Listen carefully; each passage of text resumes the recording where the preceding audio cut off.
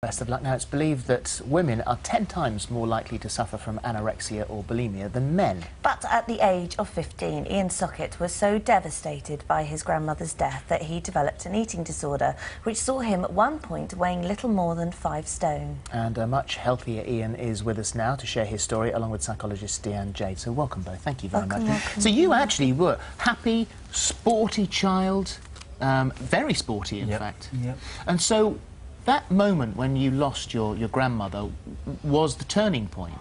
Yeah, as the years have gone on, it's something I've unpicked for myself, but I couldn't somehow come to terms. It was the first person I'd lost, and yet the world was going on as normal. Papers were delivered, the television was going on, and yet I was feeling my life was somehow devastated. But also you didn't have anybody to speak to, because you couldn't speak to your mum, because your mum had lost her mother, so you were kind of isolated as well at this time. Yeah, I think that's true, and you know, when it's the first person you lose, you question, is this actually how you're supposed to feel, you know? Yeah. And everyone is busy trying to be strong for everyone else, so you don't quite know, you know, what to say or to do, really. So you started to punish yourself? Yeah, I sort of rationalised that I could go on with life somehow. If I was enjoying some sort of pain or suffering myself, then it was justification for going on. But I certainly couldn't carry on with life just enjoying it when I just lost somebody. And you said that so by stopping eating, this was a way of sort of gaining some sort of control, but it was the pain that you felt, the hunger pains that you felt, that you actually became very used to. Yeah, you know, it's like any habit eventually becomes part of your lifestyle, unfortunately. And you live with the pain, and the pain is the constant reminder. You know, it's there 24/7. Really. But you were at the same time as not eating, you were pushing yourself. You were running every single day, pushing your body to its absolute limit, running on empty, in actual fact. Yeah, absolutely. I'm a very determined, quite a bloody-minded sort of character, and I can't accept sort of giving in.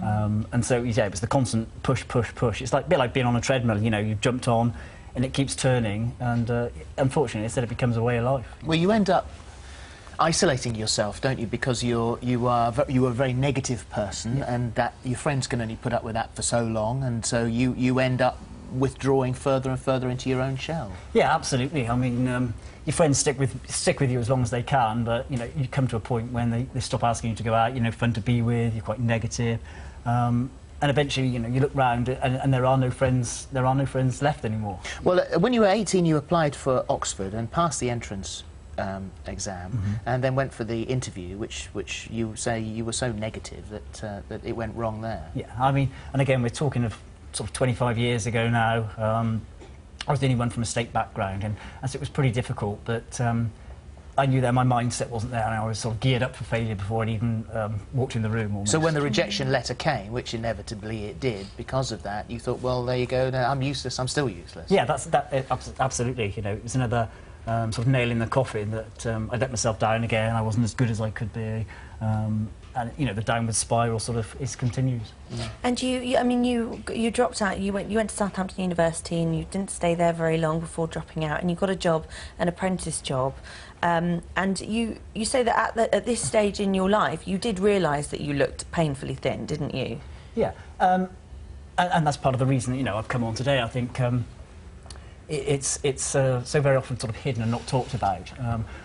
And the common perception is it just affects young teenage girls. And when you look in the mirror, you don't see that reflection. I saw that reflection every time. You know, it was all too real to me. And I hated what I saw, but it's that leap to here you are and actually changing, trying to cross that divide. Well, your light bulb moment, which is the way you describe it, happened when you were in hospital. You'd gone in, you had a bit of a cough, then it became a chest infection, then obviously you're emaciated, so it then becomes pneumonia, you have a collapsed lung. So what was the moment where you thought you have to make the choice, really, between living or dying? Yeah, and it's one of those cases, I think, we don't appreciate what we've got until it's, you know, close to being taken away from us. And I was in isolation, actually, because they thought I'd contracted the norovirus. And because the norovirus had also hit the hospital, there was no visitors allowed. And you start to do some real thinking, and I just realised just how precious life is, you know. And I'd literally wasted 20 years of it. And it literally was a bit of a light bulb moment. It was, you know, this has got to stop. This is going to change. So how did you change it? I'm not going to say it was easy, because it's not. You don't change 25 years of thinking overnight, you know, but it's a gradual thing, and it's about turning those traits that I had, that bloody-mindedness, that determination, into a positive thing. And from then on, you know, this thing wasn't going to beat me. I was going to run this marathon. I chose the Macmillan Cancer Support as my charity, because if you're affected by cancer, you don't have the same chance to perhaps put things right. You know, you could say anorexia is a self-perpetuating illness in some respects. And so once I'd made that decision, no one was going to stop me, basically. Well, you had your eyes set on the prize of running the London Marathon, and of course your body needs to be in peak condition for that. You need to be healthy. And you, first of all, you ran the Paris Marathon, didn't you? Yeah, that was in 2009. 2009, and then in 2010 you finally got to do it. I got to do London, which is possibly the most amazing experience ever. I mean, the support, you know, this isn't really about me, it's about the people around me, the support I've had. It's been fantastic, because for a guy actually to come out and admit, you know, an eating Were you disorder. surprised by the reaction that you got when you eventually did decide to say, do you know what, I have been living with this eating disorder for 20, 25 years? Yes, yeah, I was, to be honest. You know, the night before, I was pretty worried, because, you know, are people going to be cynical, whatever. But to be honest, it's been quite incredible, the support. And there's obviously, it's going on day after day out there, quite hidden. Because the number of messages of support and sometimes thanks that, you know, you've helped me, you know, you've made it public, but it does go on. Dan, this story that we've listened to here, is there a correlation? Is there a similarity between men suffering from the condition and women suffering? Yes, absolutely. Everything that I hear Ian say, I hear among women with eating disorders as well, particularly anorexia.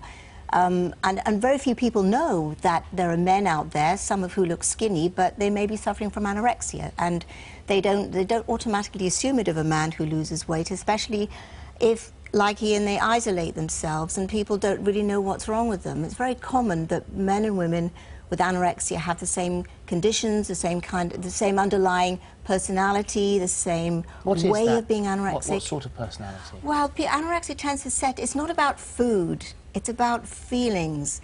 And people with anorexia tend to be very sensitive people who are badly affected by things like loss or change or disappointment, and they just can't handle these feelings, and because of their sensitivity. And they tend to be people who appear to have everything going for them, and Ian had, you know, everything, this Oxford, chance of going to Oxford, and this sporting success, and that really shows that people with anorexia are often very driven and perfectionist and can't cope with change and failure in their lives. So what's this anorexic voice that you speak of? Well, both men and women have it in different ways. For some people, it's like a message in your head, constantly saying, you've got to starve, you'll feel better if you're just a little bit lighter, you mustn't eat, you've got to punish yourself. And this, some people actually hear it as a voice outside of them, almost like another person. And unless they're able to fight that voice and reach that turning point, they will stay in the illness. And you've heard that sort of light bulb moment that we were talking about there. So do you find that people who suffer from anorexia have a similar light bulb moment, that's what pulls them out of it? Is actually, it, you know, I have a decision I have to make? Actually, yes. In most cases of people who recover from anorexia and decide to fight it and live a more normal life, there is a turning point. Sometimes it happens a little bit slowly, and it's different in different people. It can be that you suddenly see yourself in the mirror and you suddenly decide you want to be like that. You've generally got to find something that's bigger than the anorexia to get better. You've got to find a purpose, a meaning, and it could be a relationship, it could be something you strive for that the anorexia stopped you from getting. It's just finding a meaning.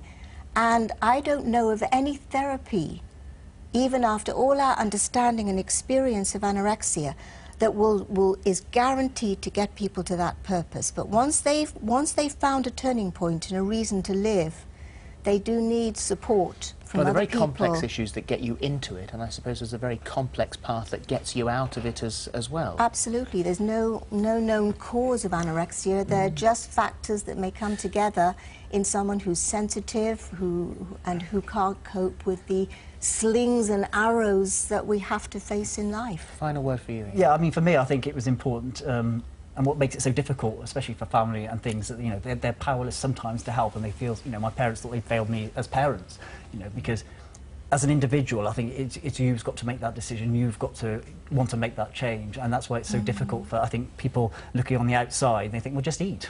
You know, that's like telling an alcoholic, you know, just don't have a Just drink, stop or drinking, somebody who's smoking yes. 60 a day not to have a cigarette. But you know, I thought I was in a hole so deep that I couldn't get out of. Yeah. You know, and you can. You And know, you did. Life Yes. is so amazing when you do get out of that hole.